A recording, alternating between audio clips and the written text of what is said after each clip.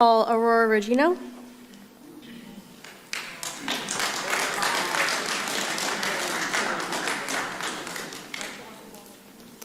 Just to acknowledge that you had signed up for the previous item, but I moved all of those to under this item. Thank you, I appreciate it. Hi, for those that don't know me, my name is Aurora Regino, and I am the mother that filed the lawsuit in federal court against Chico Unified for transitioning my daughter without my knowledge. I'm here today to tell my story so parents and the public know what is going on in our schools. Last year, my 11-year-old daughter was in elementary school here at Chico Unified, and her elementary school transitioned her from female to male behind my back. Shortly before this happened, my father had recently passed away, and I was diagnosed with breast cancer. My daughter was distressed and began questioning her sexuality, so she decided to reach out to a wellness counselor at her elementary school. The day my daughter shared with her guidance counselor that she felt like a boy, the counselor immediately affirmed this new identity. From then on, the counselor continued to have one-on-one meetings with my daughter without my knowledge. During one of those one-on-one meetings, my daughter told the counselor she wanted to tell me about her new identity. The counselor ignored her requests and did nothing to support her in letting me know what was going on at school. Throughout her transition, my daughter changed very quickly, was bullied, and as a result, was very unhappy. And because her school kept this transition a secret from me, she was on her own. I'm a busy working mother, just like the rest of you. Before this happened to our family, I would have not believed this was going on in our schools, especially at the elementary level. I want everyone to know, I want everyone to understand that I want a space for our LGBTQ and trans community members to feel safe and supported. But the policy currently in place at Chico Unified has been damaging to our family.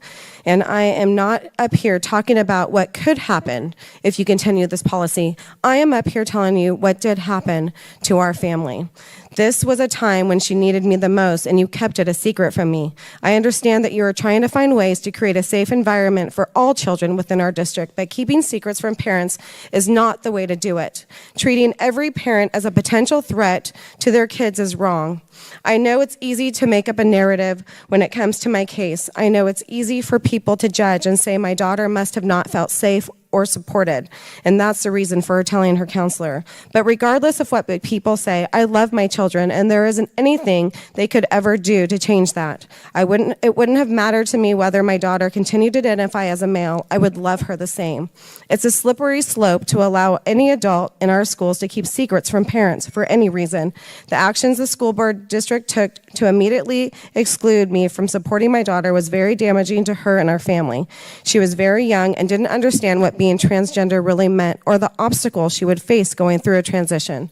The school transitioned her and left her to figure it out on her own. It seems to me the district is getting it wrong on both sides.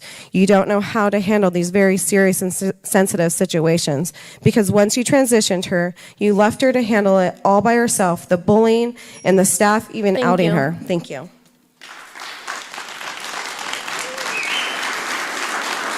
Hello everyone, this is Angela and welcome to my channel, Angie the ENTJ. Please be sure to like, subscribe, comment, and click on the notifications bell so that you'll know whenever I upload any new content. So this is part 2 of the series titled, Don't Get Your Rights by Doing Me Wrong. And today, I will dive into the hot yet sensitive topic regarding schools allowing students to transition without the parents' knowledge. In part 1, I used a parallel situation with handicap parking to describe what has happened with the elimination of biological women's spaces in favor of trans women, while also encouraging trans people to create their own spaces. So in other words, I'm saying, hey, you can create your own space. That's not an issue, but you can't, step on our heads in order to make room for yourself. That's not how it's going to work. So I said it in the first video and I will say it here. This video, nor my channel or my content, is not about hating the trans community at all. Rather, it is about focusing on fairness and navigating this very sensitive topic with maturity. This video is going to be a bit lengthy, so on that note, let me go ahead and dive into gender ideology in schools. Listen, I've heard many arguments for and against it and so forth. Here are my own viewpoints, and it, of course, involves the economics of it all. I sort of alluded to it in part 1 of the series, but I am about to dive quite deeper now, and here is what I have to say. Let's think about it and pretend that we're about to talk about a happy, healthy, and mentally stable heterosexual couple who are married and have 2 small children. So let's start from their beginning, from the moment that they met. Okay, guy meets girl. He asks her out on a date and she agrees to it. He pays for the date. Let's say he spent about $300 on the first date, from the amount that it took for him to look good and also the entire outing in and of itself. And also, let's say that she spent about $200 of her own money from getting dressed up, getting her hair, nails, makeup, and so forth. They have spent a combined total of $500, whether they realize it or not, for their first date. Now let's fast forward. It's been about 2 years and things are getting serious between them. Let's say that the gentleman has taken the lady of his life on a total of 100 dates. That would be nearly a date every week over the course of 2 years, and it could have ranged anywhere from the nice formal restaurant to driving to a place and going onto a hike to a movie night. He's paid for all of it. And let's say that on average, keyword is average, he spent about $150 per date. Think about it. Something as simple as going on a hike, let's just say, pretend is their 26th date, okay? So we're not talking about the first date or the first few dates. We're talking about long after the 90-day probation period, after getting to know people in each other's orbit and so forth. Everyone that knows them know that they are together. So on this 26th date, where they are going to go for a hike, that would mean that he's coming to pick her up. He's putting gas in the car. Even if they stop somewhere like IHOP for breakfast, go hiking for a few hours, and then go to Applebee's to grab a bite to eat afterwards, that could easily end up being about $150 that he spent on that particular date. And it can cost even more if they decide to do something like see a movie later on. And oftentimes, what is not discussed is the amount of missed opportunities to generate income that both the man and the woman in this scenario are enduring in order to date one another. Stick with me here, because I am going somewhere with this. You see, people talk about all other aspects of a situation, but they hardly ever, barely, if never, talk about what I'm talking about, and that is the economics of it all. So just stick with me. You need to see the full picture, and that's why I'm giving it to you like this. Okay? So let's just say these people are making about $30 an hour on their jobs. And they are spending, on average, at least 5 hours a day with one another, be it in person, over the phone, via FaceTime or WhatsApp. Listen, time is money. Over the course of 1 year, that would amount to being about 35 hours a week, times 52 weeks per year, times 2 years. That would equal about 1,820 hours per person at $30 per hour that they've invested into dating one another. To put it into perspective, a full-time job will be considered 2,000 hours per year.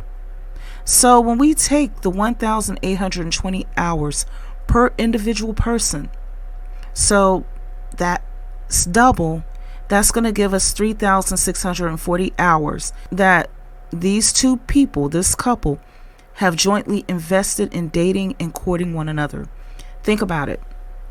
If they were working on a job for 5 extra hours per day, 7 days a week, they would be paid individually, correct? So even though they were spending the 5 hours together daily, we're still going to treat it as if it's 10 hours worth of time. So they are spending the proper time together to, as best as they can, to see if they can be suitable enough to marry and form a family. Now, if we take those hours they've invested into their courtship and multiply it by the amount of money they could have made by working on their jobs instead, not even adding overtime to it, just straight $30 an hour, this means that at $30 per hour times a grand total of 3,640 hours between the two of them, it would equal about $109,200.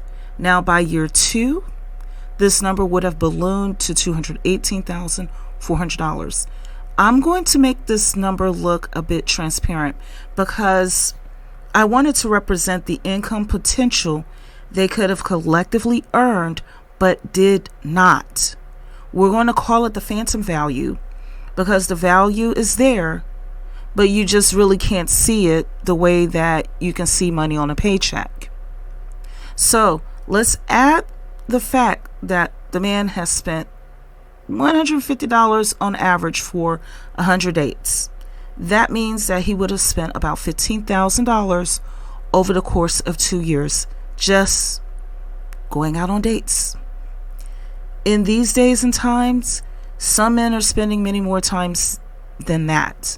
See, we're not accounting too much for how much he may have spent on giving her money for getting her hair done, her nails done, putting gas into her car, as well as paying for other stuff. I'm just trying to keep it simple. Now, let's just say that this couple decides to go ahead and get married and start a family. The average cost of a wedding in the United States is $30,000. I didn't even put in a cost of a ring, but you can imagine that it'd probably be more like $50,000. So let's say that the man and his family are going to pay for it. So now the dude is at least $45,000 in cash out of his own pockets right now. Both the man and the woman also left the $218,000 on the table by spending time dating each other instead of working overtime. You know, that transparent number. So the next step, because they're married, is to buy a home. If they get a loan, then the average down payment is going to be over $50,000. The average price to buy a house outright here in the U.S. right now is well above north of $425,000. Some way, somehow, our hypothetical couple were able to buy the house outright. So there's an additional $425,000 in cash invested into this situation. By the time they walk across the threshold and into their new home, they would have spent $688,400. And I got that figure by adding together the cost of the dates, the $15,000, the cost of the wedding, the $30,000, and also the cost of the opportunities they neglected to earn an income while getting to know each other. That's that transparent $218,000. Now, the next thing to come is children. Giving birth costs on average $30,000 in a hospital setting without any insurance. Hopefully there are no complications. So this average couple decided to have 2 children, girl and a boy, generic. Okay. So 2 times $30,000 per birth, that's $60,000. Now let's take into account that it is going to cost on average about $350,000 per child to raise them from birth to age 18. We're not even adding college costs into it. So that's going to be about $700,000 over 18 years. And because the children are small, the wife is now a stay-at-home mother. So now begins the motherhood penalty, and here's how it appears. You have to consider that if she was pregnant as a surrogate, she would have earned about $100,000 per pregnancy. So here is the $200,000 that she could have earned but did not. And I'm making that number transparent and putting it into the phantom category as well. We're going to assume that she will not work another job in this scenario for 18 years. So that means that the $30 per hour, which would be about $60,000 per year of income, that is gone. Okay? That's an opportunity that's not being taken for the sake of the family. So that is going to add up to being $1,080,000 of lost income, again, within the phantom category. On top of it, the woman is providing about $200,000 of unpaid labor for her home, her household each year. In 18 years' time, even if, hypothetically, the woman in this scenario would eventually go back to work again, she will still be doing $3.6 million worth of uncompensated labor over the next 18 years. And that's on average. I'm making the numbers with the motherhood penalties transparent numbers because this is what she is doing. These are opportunities that she's missing also, and she's not getting paid. It can potentially add up to being $4.88 million over the course of 18 years. That's nearly $5 million of labor provided but not compensated.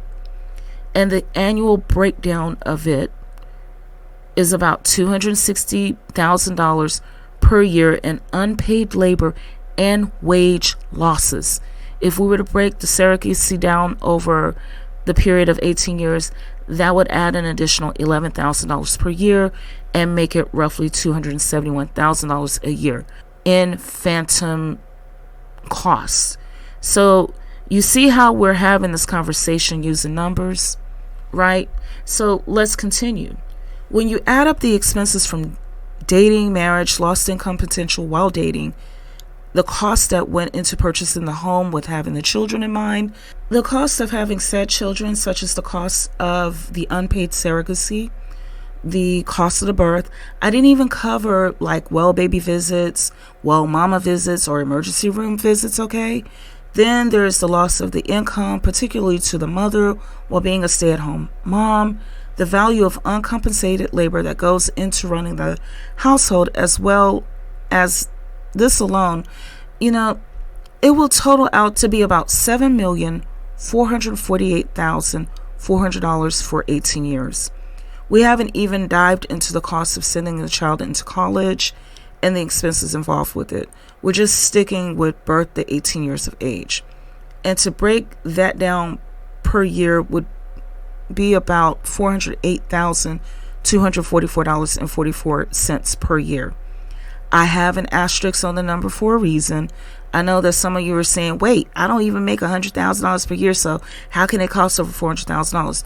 Well, remember that I also added the cost of uncompensated labor as well as missed opportunities to earn an income because the time was spent instead on fortifying the family. So if you take away the phantom values of unpaid labor and missed income, then you would more than likely be seeing on average $100,000 per year in cash spent for a household, for a family. However, work is work, whether it is paid or not, and I don't minimize work in any form.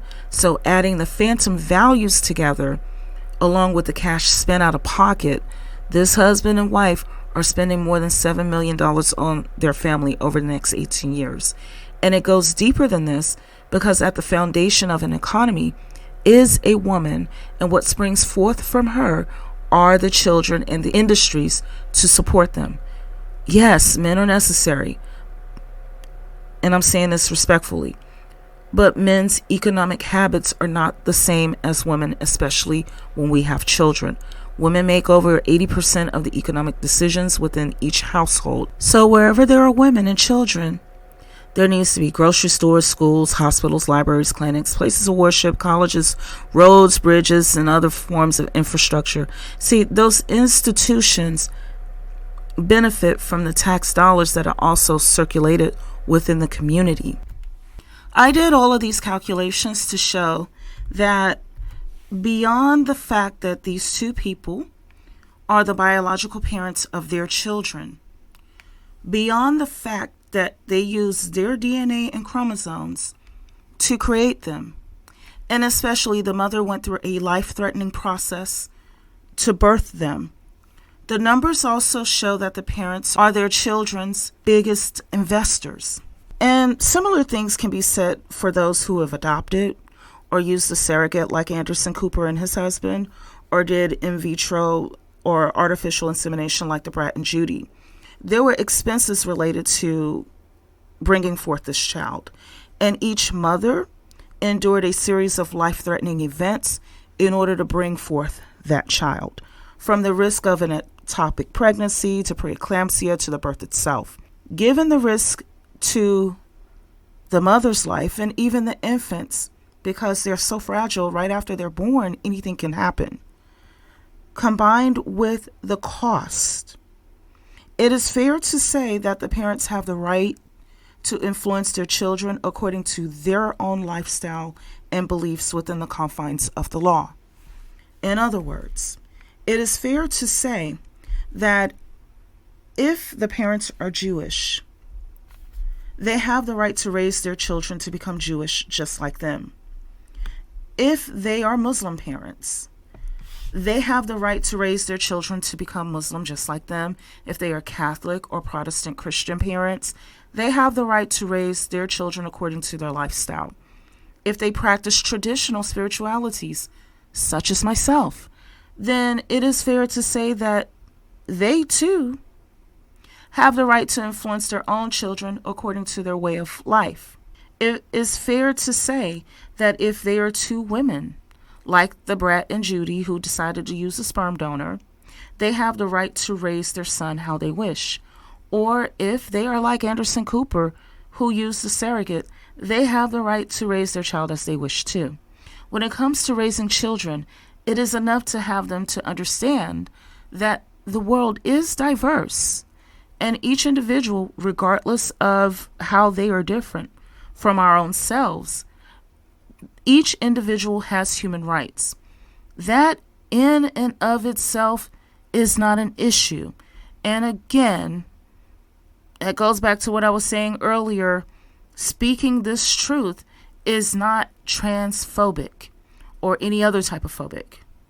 The issue becomes when people representing one community or a set of interests use subterfuge in order to influence the children from their birth community into a different community. For an example, it would be wrong for me, a heterosexual woman, to commandeer the Brat's son or Anderson Cooper's children into my community and into my lifestyle. I did not birth them. I did not adopt them. I did not invest time, energy, or finances into their creation and the maintenance of those children. And on top of it, I do not have any legal rights to them. I would never do anything like that. I was just using the fact that I am heterosexual and they are not, and how it would appear if I or another heterosexual person were to do something like that. Going back to our couple here, it's time for the children to attend school, and like many parents, they place their children into a public school within their community, an institution paid for by all of us via taxes. Taxes, okay? This is not a charity or an outreach center. It is a public institution that is paid for by us collectively via our taxes. Even the parents with children in private school who are homeschooled are still paying taxes for public schools.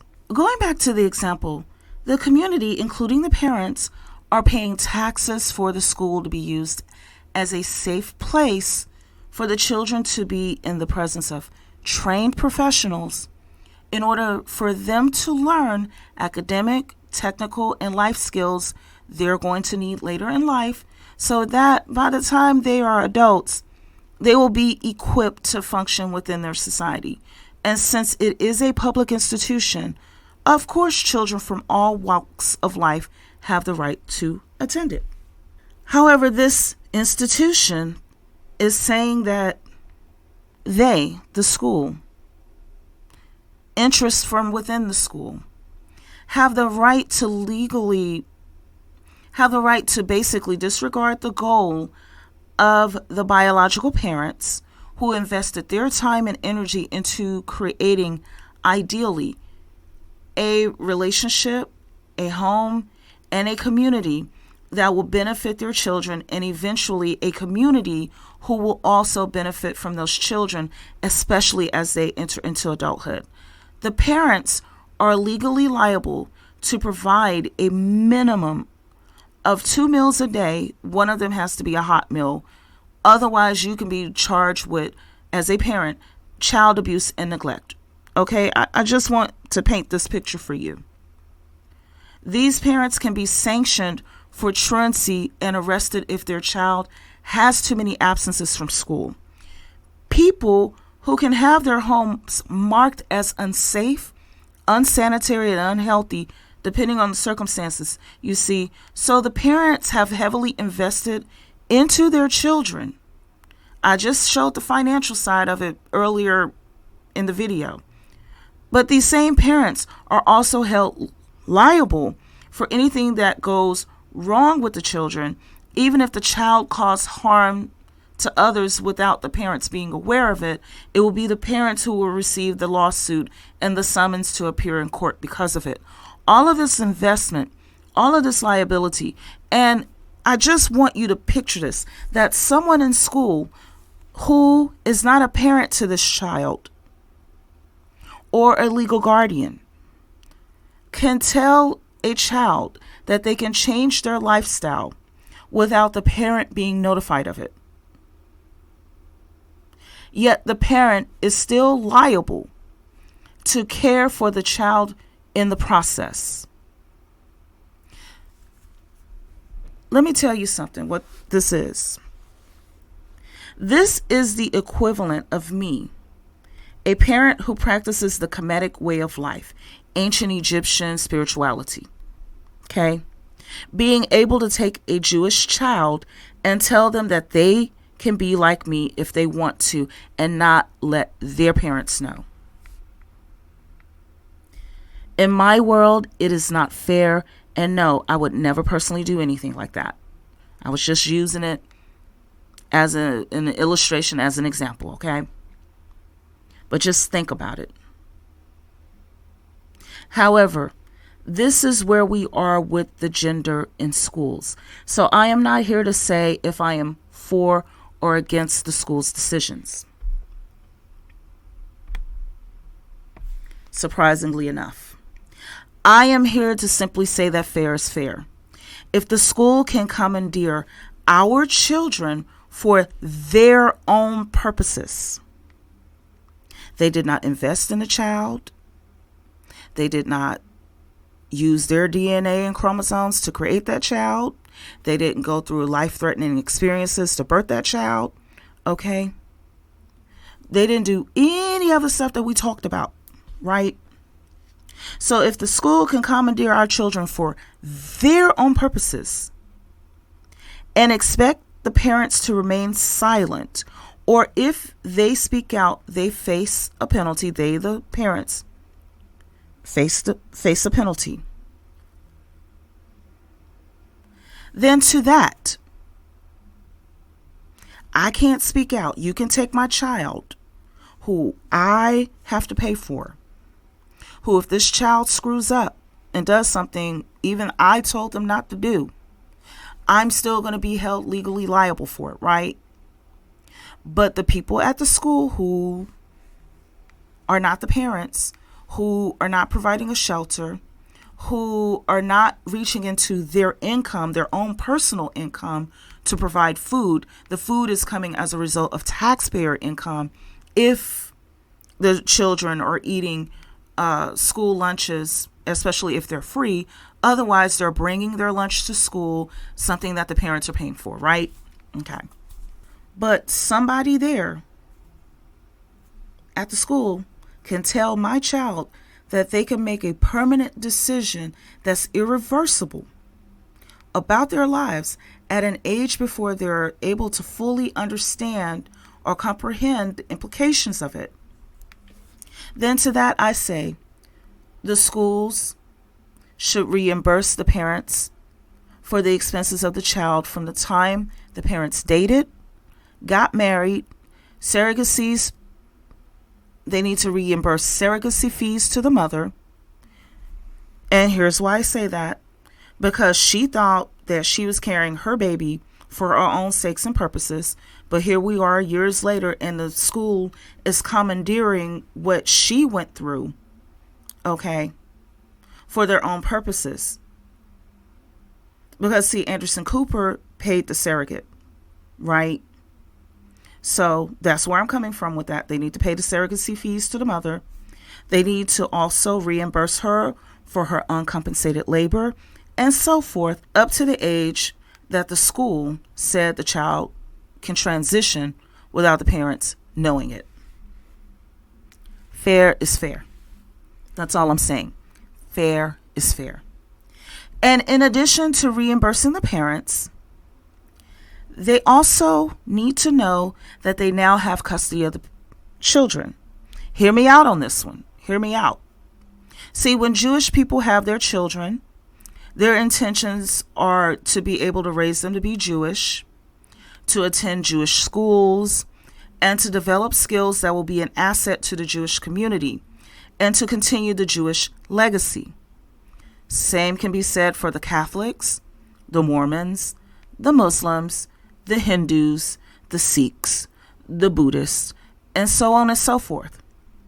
So if one community, in this instance, the trans community, poaches a child from another community, such as the heterosexual community, or in the case of gays and lesbians who have biological children as well, think of DeBrat and Judy, and the child's birth community is unable to take recourse for that action without being labeled transphobic, okay, fine.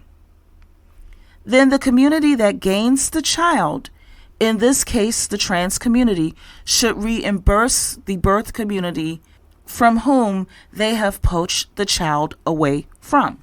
You see, when it comes to surrogacy, it's understood that the woman carrying the pregnancy will not raise the child. It is understood that she sacrificed her health and well-being to benefit people who will gain the child that she's carrying and also be liable for them, be liable for their upbringing and so forth. So they, the community who's gaining the child, they have to pay a fee to her. Same thing with adoption. Adoption is not a free endeavor. There are fees. So since different communities and different interests are utilizing the public school system as a way to poach children into communities and lifestyles that are different from their birth communities, then they should pay. See, that's what I'm seeing in the middle of all of this back and forth. And I'm not hearing about how it has become all right for one person to basically take away from another person their time, investment, and sacrifice just like that. Think about it. You're coming home after a hard day at work. You've been dealing with coworkers that get on your nerves. Probably have been dealing with customers or clients, depending on what you do. And on your way to work, now coming home from work, you've had to fight with traffic. Probably had to run a couple of errands. Now you're home. Your only spot on this planet where everything goes the way that you want it to go. And you open the door to the safe corner of the world for you. And you find a random person you've never seen before in your life, sitting on your sofa or a couch, whatever you choose to call it. They're wearing your bathrobe, smelling like they've just taken a bath or a shower using your hygiene products. They're watching your TV. They're browsing your Wi-Fi. You see, they fix themselves a plate with food from your refrigerator. And to top it off, they're drinking a glass of your liquor, your favorite liquor, for those of you that drink. Just think about how you would feel in that moment. Some of you will want to fight that person, and I understand, especially about the liquor. I know, let me add, for those of you that smoke, this person done lit one up. All of us, on the other hand, will call the police, right? And why? That's because this person has no rights to anything that is yours. They have no right to access anything of yours without your permission, right? Now, let's keep going. So the police show up, and you're thinking, okay, finally, some people with weapons are showing up to get this person out of your house. Now imagine that the police arrive and tell you that you are being hobophobic. Yes, hobophobic. Hobo is like a homeless person, and phobic means a fear of. So you're being hobophobic. You have fear of homeless people. And it's that hobo's right to come into your house and seek shelter and seek sustenance, even if it's at your expense. See, it's not hobophobia to say that you will not allow someone to poach your resources and commandeer them for their own purposes. That's stuff that you worked for. These were your plans. These were your goals. Okay? Because those of us who got stuff, you didn't just wake up one day and say, I feel like doing this. I feel like getting my couch. I feel like getting my TV. No, most of us had a plan in place. No matter what that plan is, whether we decided to save up the money into an account and then eventually go one day with some coupons. If you shop like I do, I'll be waiting until stuff is on sale where I can combine discounts. That's just, how I do. Some do, some don't. Maybe some of you went somewhere and you rented to own whatever it was for whatever the reason. However you got it, when you go into somebody's house and you see furniture, you see furnishings, or if you see them driving around in a car, 9 times out of 10, there was a plan in place to get them from not having to having it. Okay? So it's not hobophobia to say, no, you're not going to poach my resources and commandeer them or direct them to whatever you want to do when I'm the one who worked for it. This is mine. Likewise, it is not transphobic or transphobia for parents to demand that they are notified when their children are identifying differently from their name given, at the time of their birth, as well as if they're identifying differently from their biological sex observed at birth. And I got some more numbers for y'all, because I'm sure the naysayers are coming out by now. You see, transitioning has a high self-deletion rate, and the rate increases after the transition. The average cost of a funeral is about $8,300 right now in the United States. But I'm going to go ahead and say about $10,000 minimum due to those phantom numbers or hidden costs that are often overlooked. For instance, if you have to fly in from out of town and then you have to use resources to help you to stay in town because this person passed away and you live in a different state, you live in a different city, but you're the one that has to be responsible for the final arrangements, that kind of stuff. Yes, it is a reality. So it can exceed $10,000, especially if the person that's responsible for making those final arrangements they have to stop their business or take time off from their job. So that's, add up the income that they're losing there, as well as any other things that they're paying, interest costs because they had to put some expenses on a credit card, all of those phantom costs. That's why I say, even though the average cost is $8,300 for a funeral, for some people it can definitely exceed $10,000, if not more. And what is often not discussed is the fact that some of these children will later in life de-transition. And for those who don't know what that means, what it means is they were born a girl, they identified as a boy, and then one day they said, you know what? I believe I'm a girl after all. I want to go back to being a girl. Except they took hormone pills, which made their vocal cords grow.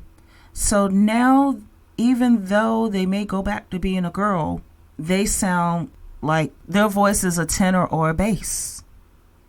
Okay, same thing for, little boys. They say, you know what? I was a little boy. I decided I wanted to be a little girl, take hormone pills. And so because they took estrogen, it feminized their body. Now they want to go back to being a dude, and they can't grow any facial hair. Their body is effeminate. They don't have any of the muscle mass that comes with having testosterone. So that's what I mean by detransition. But going back to those who still identify as trans, many of them are not completely transitioned, meaning they haven't had the surgeries, and they still have their biological parts that they were born with, even though they may be taking hormones. And see, when they encounter insurmountable obstacles, particularly related to their lifestyle, the types of illnesses that come that they did not understand before they began taking hormones, for instance, guess who they are quietly turning to when that happens? It's the same birth family, the same birth community who was prevented from intervening when they were younger, as well as the resources of said family. I have a friend who is also an ex-co-worker of mine. We worked together for years, and he's going through it right now. He would occasionally dress up as a woman. He would come to work with his makeup on. It was very effeminate. Right now, he's wasting away with a multitude of health problems, and his senior citizen parents who are living on a fixed income, okay, along with his adult siblings who have children, some who have grandchildren even. Some of them have children in college, you name it, as well as some of his extended family. They are the ones who are left dealing with him when he's coughing up blood in the middle of the night, when he's on the verge of organ failure and other symptoms of that they appear to be related to the full-blown A to the I to the D to the S that he may be going through, or the H to the I to the V. Okay, we, the friends, have been the ones occasionally sending him money to ease the burden, just simply because we know him and, we were cool with him. You understand what I'm saying? So, however, the family members are the main ones who have this homeless, unemployed, gravely ill person to deal with when it's all said and done. So naysayers can't tell me that I don't know what I'm talking about when I'm seeing it firsthand. And then to top it off, he and his family, mostly him, to be honest with you, bump heads from time to time, and then he goes onto social media airing out his grievances and posting about it. His family, they're truly decent individuals. They're decent people. I think he's just taken out his frustrations onto them because of his condition and, the way his life has turned. because I remember one time his whole family, especially the younger members of his extended family, jumped onto social media. One of his cousins plainly told him and aired it out, told him, "You're not about to be out here embarrassing our family. The reality is that your choices put you here." That's what she told him. Thankfully, he's been getting better. He seems to be looking better. You know, I see him on occasion, but I'm telling you, I see the stuff firsthand. So this is what the other side of this life can look like for a lot of people, especially if they're trans women. So going back to what I was saying earlier, and that is when these children, who by this time are adults, when they are the ones dealing with serious medical complications, or maybe they're in their last days, or even when it's time for the funeral, it is the same parents and or their birth community who are absorbing the aftermath in terms of time and cost. I haven't even touched on grief and stress. We're about to see a story about Cecilia Gentili, a trans activist who was also an atheist. Cecilia Gentili's funeral caused an uproar because the members of the staff at St. Patrick's Cathedral were lied to about the identity of the deceased. Just to give a bit of background here, St. Patrick's Cathedral is located in New York City. It's where Alec Baldwin married his wife Hilaria Baldwin. And also there have been funerals of some prominent people that have taken place in St. Patrick's Cathedral, such as Senator Robert F. Kennedy, Babe Ruth, and emergency responders as well, who perished during the September 11, 2001 attacks on the World Trade Center. So before I play the news clip and later return with my commentary, first thing first, I want to say rest in peace to Cecilia and my condolences to the family and the loved ones. Cecilia Gentili did great work for the trans community, and I personally feel that the funeral could have been handled differently, to where the focus was on Cecilia's legacy, Cecilia's work within the trans community, and not a scandalous funeral. I think things could have been handled differently. This was not the way to seal Cecilia's legacy. So let's watch, and then I will be back. Talk about controversy. The funeral of a well-known transgender advocate, an atheist, taking place at St. Patrick's Cathedral. Yeah, the cathedral is run by the New York Archdiocese, which is now outraged that the funeral was held there in the first place and calling the service sacrilegious. But the friends of the activist, Cecilia Gentili, they claim they were making a point. Here's Crystal Cranmore.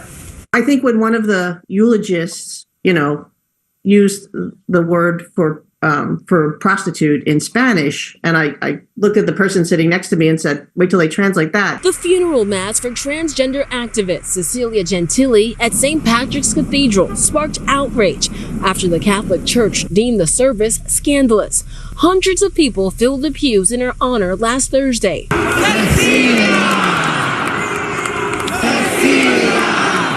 With love and enthusiasm for a woman they say changed the lives of thousands. It was more celebratory than we normally see in a Catholic church, and actually was kind of refreshing. But the Archdiocese saw it as anything but, holding a massive reparation Sunday to re-sanctify the church. The church said in a statement, the cathedral only knew that family and friends were requesting a funeral mass for a Catholic and had no idea our welcome and prayer would be degraded in such a sacrilegious and deceptive way. It's a sad thing to see that happening, because you want to open space for everybody, make everything inclusive, as long as everyone respects each other. I'm against all sort of prejudice. all sort of prejudice. We are all equals. Originally from Argentina, Gentili came to the United States for a safer life as a transgender woman. She worked as a sex worker and turned to drug use. She was one of the most resilient people I've met. Gentili's struggles turned to advocacy, raising more than $15 million in funding for the trans community. While those closest to her say they're hurt by the church's reaction, they want the focus to be on continuing Gentili's fight for equality. This is not her legacy. Her legacy is the lives that she changed. Even now, Gentili's advocacy work continues. Loved ones will be holding a rally next month highlighting her life's work.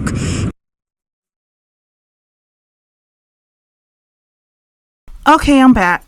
This is what I was talking about earlier. I touched on it in the first video, and I'm about to go into it again in this video. They did not tell the church that Cecilia was transgender and an atheist. Instead, they used subterfuge or deceit.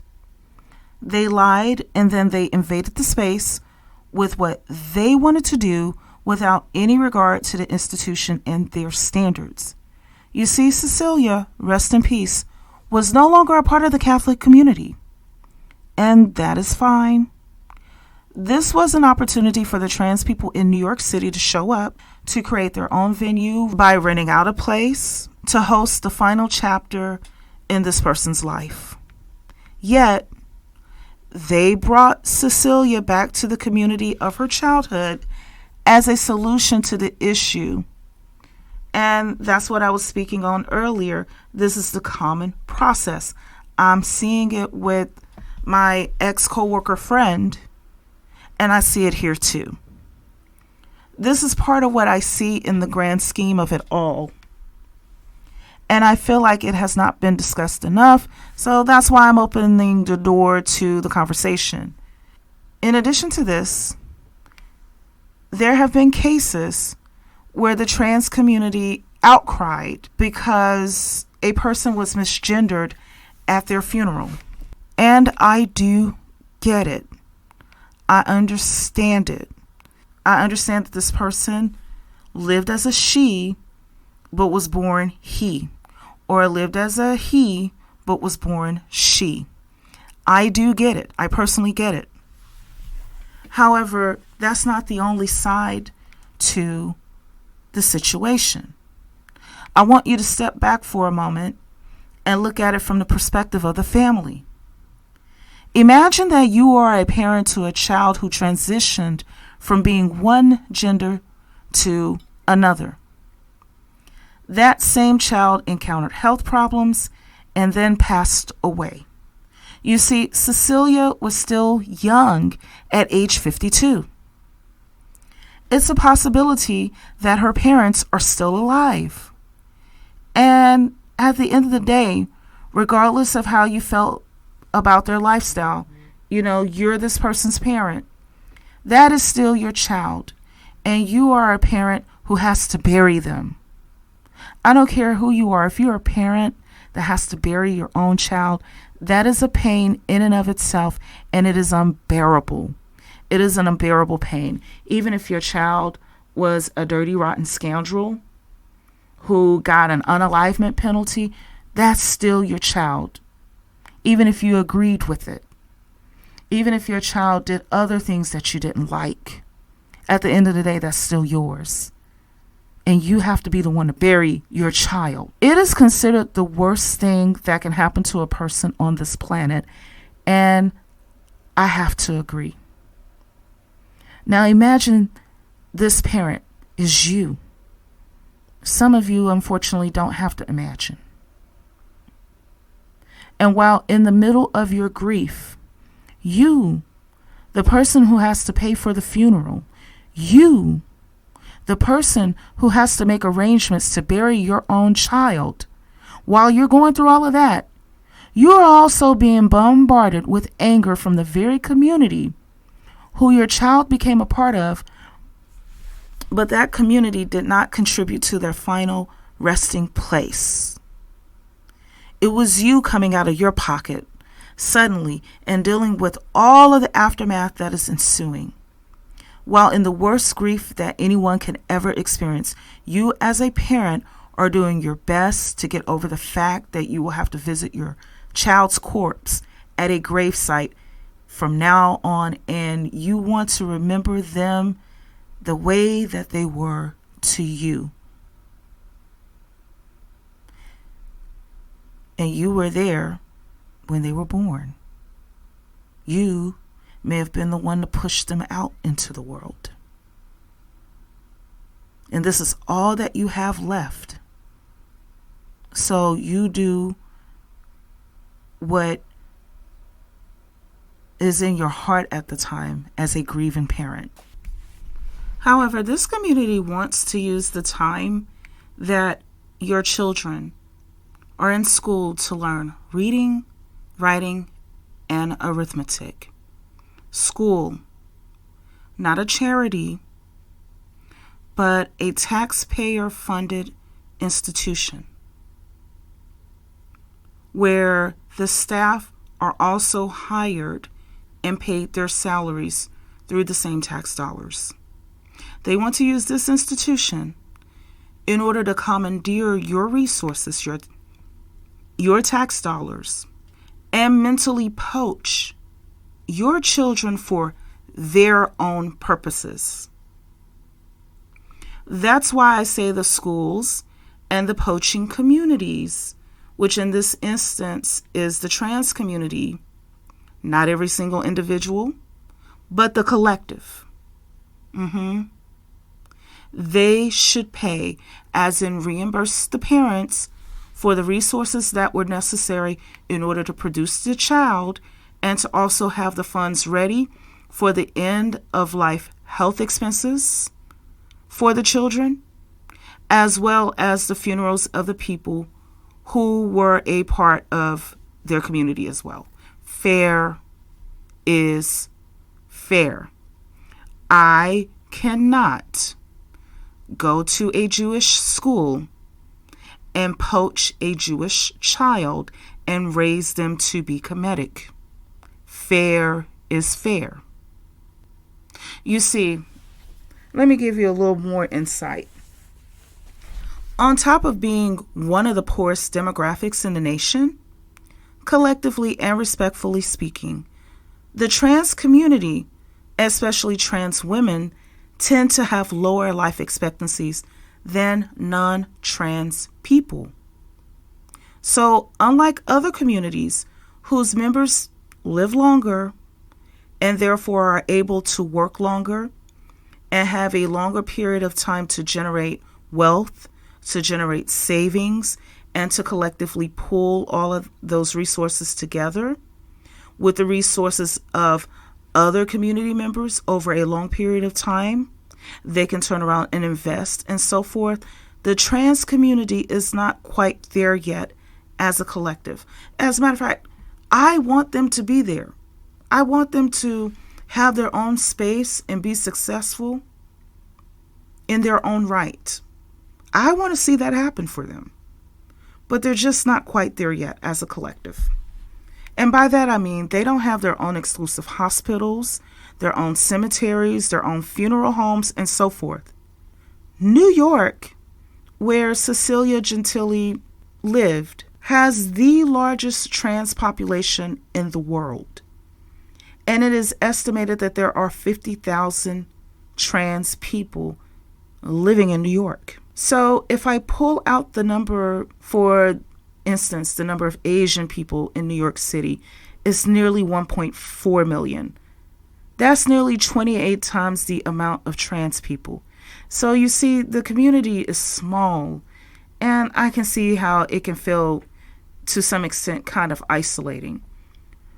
And if I go down the list, there are also 2 million people of African descent in New York City. When I say African descent, I'm speaking of continental Africans, African Americans, Afro-Europeans, Afro-Canadians, people of African descent from the Caribbean, and to some extent, Afro-Latinos, Latinos and Latinas, So it's about 2 million in New York City, and nearly 2.5 million who come from Latin America in places like, the Dominican Republic and Puerto Rico, just to name a few. And there are 3.2 million white people. So to put it into perspective, y'all, to help you to see, the big picture, for every trans person of any ethnic background walking around in New York City, for every one of them, there are 28 Asians, 40 black people, 50 people with roots in Latin America,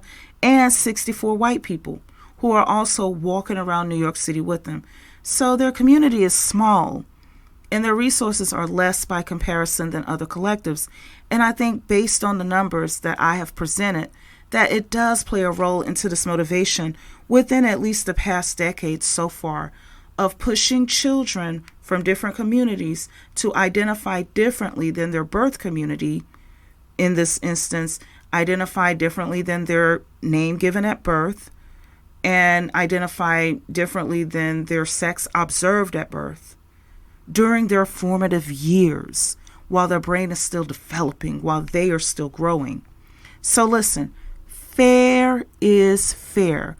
Those who push children into different lifestyles and then get upset with the parents for calling them out, those who threaten people with consequences for speaking the truth, listen, they should take on the liability and the cost associated, as well as reimburse the parents whose children they are poaching. Fair is fair.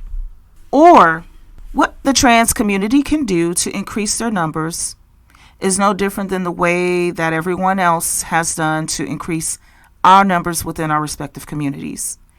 And that is by using their reproductive organs. They can have their own children. They can pay those hospital bills, those daycare bills, and every other cost associated with being a parent, and raise their own children to transition if that's what they want them to do. They can open up their own schools for trans children, the way that there are schools for the blind, where they can learn how to read Braille, schools for the deaf, where they learn sign language. They can create schools for trans. They can create their own spaces and produce children who will later grow up and inherit the legacy they will leave for them, no different than any other communities who produce their own children. Because, see, here's the problem. These children have been encouraged to make irreversible decisions before they are mature enough to fully comprehend the outcome. Whether it's a benefit or a consequence to them, and I'm not here to debate that, the outcome, though, is still not fully comprehended by these children until they reach about their mid-20s. Because why? What's happening? So long as they're in a scholastic environment and they're different from everybody, they're the 1 out of 28, they're the 1 out of the 50, 1 out of the 40, 1 out of the 64, they look unique in that environment, and kids love attention. It's natural. So in that environment, until they reach the age of 18, or maybe even when they go to college, they may still get a little bit of attention. But what happens? What happens when all of that is over with? So by the time these people hit their mid-20s, okay, that's when they begin to realize some of the consequences that they could not foresee because they didn't have the life experience in order to understand it. So there are boys who took hormones and now want to detransition, but can't because of the permanent changes that feminize their bodies. Same for the girls who took hormones and now have permanent male pattern body changes to themselves. Even more so for those who had already had surgeries and now they cannot reproduce. Then it's not only a personal issue to the individual, it becomes an economic issue to their community. Whether I like it or not, whether you like it or not, a community needs to have an economy in place in order to exist. Without an economy, there is no community. And one of the major factors of an economy is labor. In other words, people. Without people, there's just a patch of land and nobody to live on it, nobody to develop it. This is why the birth rate decline is becoming a hot topic globally, because soon there will not be enough people to keep the communities going, and places like, for instance, South Korea may face extinction. So if I have babies and the trans community, or any other community for that matter, has the ability to overstep my rights as a parent to those children, then I and my husband should be compensated because I did not date. I did not get married. I did not bump uglies in the middle of the night or day, depending, and decided to have children who I plan to nurture into my way of life, only to later on be told by officials at the very school my tax dollars are helping to keep in operation that I am basically a free surrogate and my husband is a free sperm donor, that we are basically daycare staff to our own children while they, the officials at the school, assume the rights of parenting, that we still have to endure the liabilities of raising our child who is now a part of another community, that I still have to feed, clothe, shelter, and provide medical attention to them. I have to do all of that, but I also have no rights over them. So if my rights can be pulled from beneath me as a parent, then the best equivalent action will be compensation in the form of finances and benefits, considering that the parents were basically employed as daycare staff in the interest of the school and other communities without knowing it until after the fact. And in addition to compensating the parents for their losses, the children who identify as trans can then move in with the trans parents so that they can endure the liabilities of raising the children. Fair is fair, because most parents don't have the ability to party all night and live their life as they want to when they have children that they have to tend to. So no, you don't get to party all night and all into the daytime and live a single life. But when it comes to children who are going through the school system, you poke your head in and say, oh, this is what I want them to do. That's not how it's going to work. Fair is fair. So while you stuck with the kids, we can party on and make some more kids.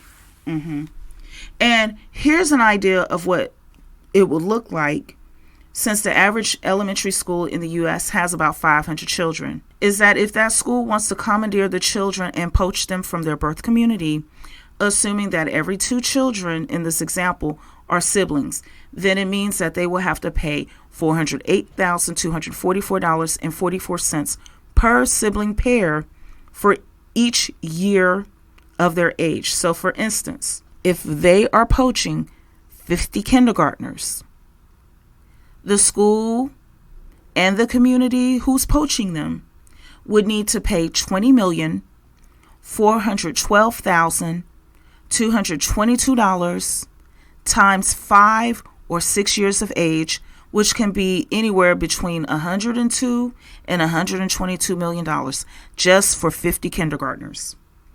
I know that it sounds a bit far-fetched, and that's fine. That's why I'm doing it.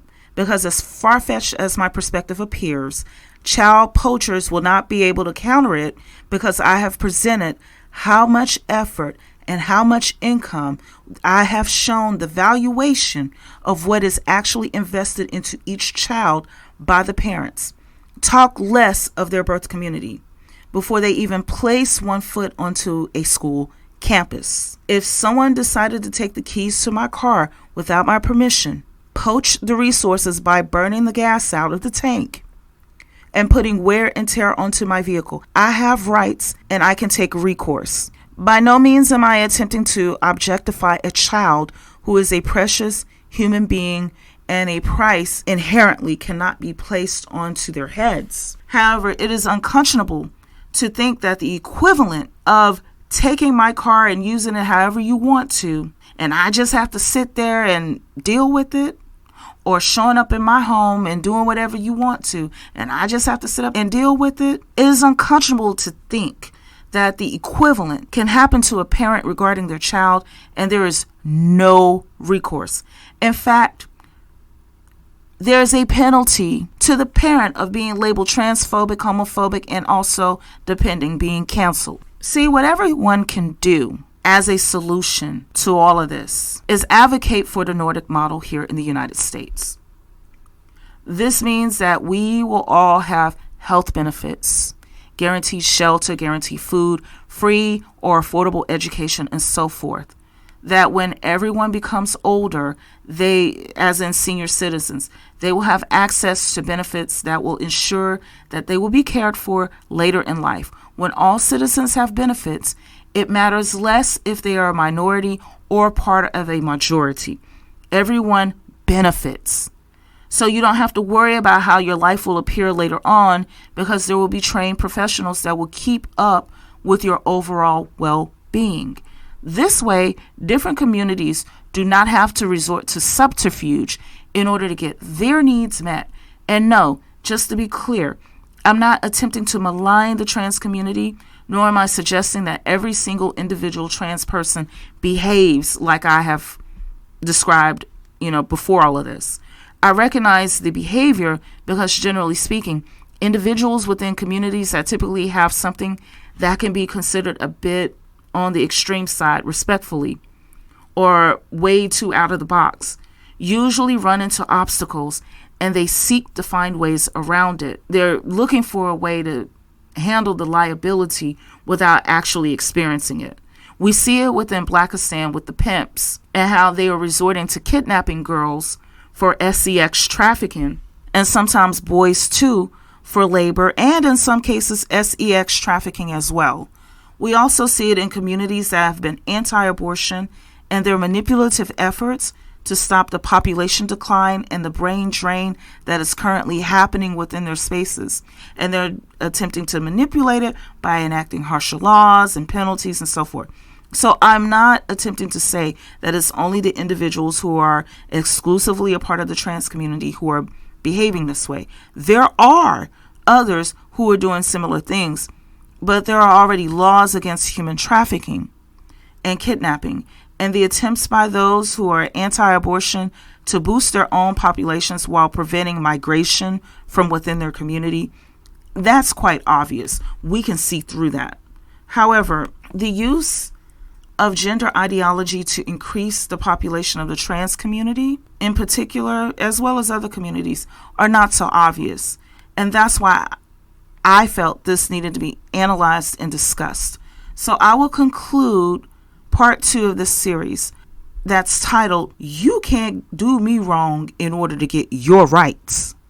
And I will conclude by saying this, which is, whether you like them or not, you do have genitals, and you need to use them to create your community like the rest of us have been using ours to create our community. Using Jedi mind tricks to poach our children is not the way to increase the population of your community. I am a biological woman. I have the hardest and most life-threatening part in reproducing human beings. If I want to have my own children, then it means that I am going to have to endure a lot. If you want to have your own children, you will have to accept the fact that you have the equipment that you have and do more amongst yourselves within your respective community what we already over here have been doing amongst ourselves. I know that some trans have their own children, but more of them need to get the humping amongst themselves, or hiring surrogates, or adopting, or doing artificial insemination so that they can become parents to their own babies and not be over here using the school system to poach our children. And I think, to be honest with you, this is more of a trans woman issue due to the cost of surrogacy than it is a trans man issue, because a trans man who has not transitioned still has a uterus in place. So that's all I have to say for now. I will upload part 3 of this series, "You Don't Get Your Rights by Doing Me Wrong." I will upload part 3 of this series where we will go in depth about the impact of having biological men counted as women and what it could mean overall for biological women. So be sure to stay tuned for part 3.